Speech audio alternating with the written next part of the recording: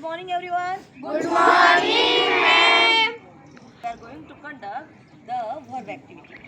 So, are we ready for this activity? Yes, ma'am. Do you know what is the meaning of verb? Yes, ma'am. Okay. Who will tell me the meaning of verb? कोण सांगेल मला meaning of verb? Yes. Verb means? Okay. What is the definition of verb? Who will tell me what is the definition of verb? Yes, Pratibha, tell me. Verb is an action word. Verb is an Action word. Okay. Repeat this definition once again. 1, 2, 3, start. Verb is an action word. Repeat again. Verb is an action word. Then, who will tell me the definition of verb in Marathi language? Who will? तुम्हाला येतं हे? Yes, you. Tell me. Repeat this definition. वाक्यातील क्रियादर्शक शब्दास क्रियापद असे म्हणतात.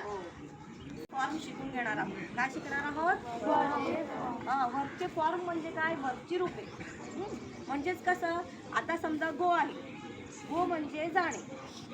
गो म्हणजे जाणे. गोचं पहिलं रूप काय येईल? गो. दुसरं रूप काय येईल? वेंट.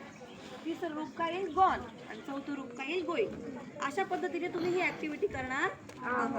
मग एकाने काय सांगायचंय? तू सांगायचंय वर्ब 1, तू सांगायचंय वर्ब 2, इकडे दीदी वर्ब 3 आणि वर्ब 4 असं सांगून तुम्ही ही ऍक्टिव्हिटी पूर्ण करायची आहे. ओके. राईटचे पहिले रूप राईट मीन्स लिहिणे. राईटचे दुसरे रूप रोट. राईटचे तिसरे रूप रिटर्न. राईटचे चौथे रूप रायटिंग. ओके. विनचे पहिले रूप विन. विन मीन्स जिंकणे. वन. विनचे तिसरे रूप वन. विनचे चौथे रूप विन. ईटचे पहिले रूप ईट. ईट म्हणजे खाणे. ईटचे दुसरे रूप एट. ईटचे तिसरे रूप इटन. ईटचे चौथे रूप इटिंग. इटिंग. Very good. टीचचे पहिले रूप टीच. टीच म्हणजे शिकवणे. ओके. टीचचे दुसरे रूप टॉट. टीचचे तिसरे रूप टॉट. टीचचे चौथे रूप टीचिंग. ओके. कमचे पहिले रूप कम. कम म्हणजे येणे. कमचे दुसरे रूप केम. Very good. कमचे तिसरे रूप कम. कमचे चौथे रूप कमी. कमचे पहिले रूप कम. कम म्हणजे येणे. कमचे दुसरे रूप केम. कमचे तिसरे रूप कम. कमचे चौथे रूप कमी. गोचे पहिले रूप गो. गो म्हणजे आणे. दुसरे रूप वेंट. गोचे. दुसरे रूप वेंट. ओके.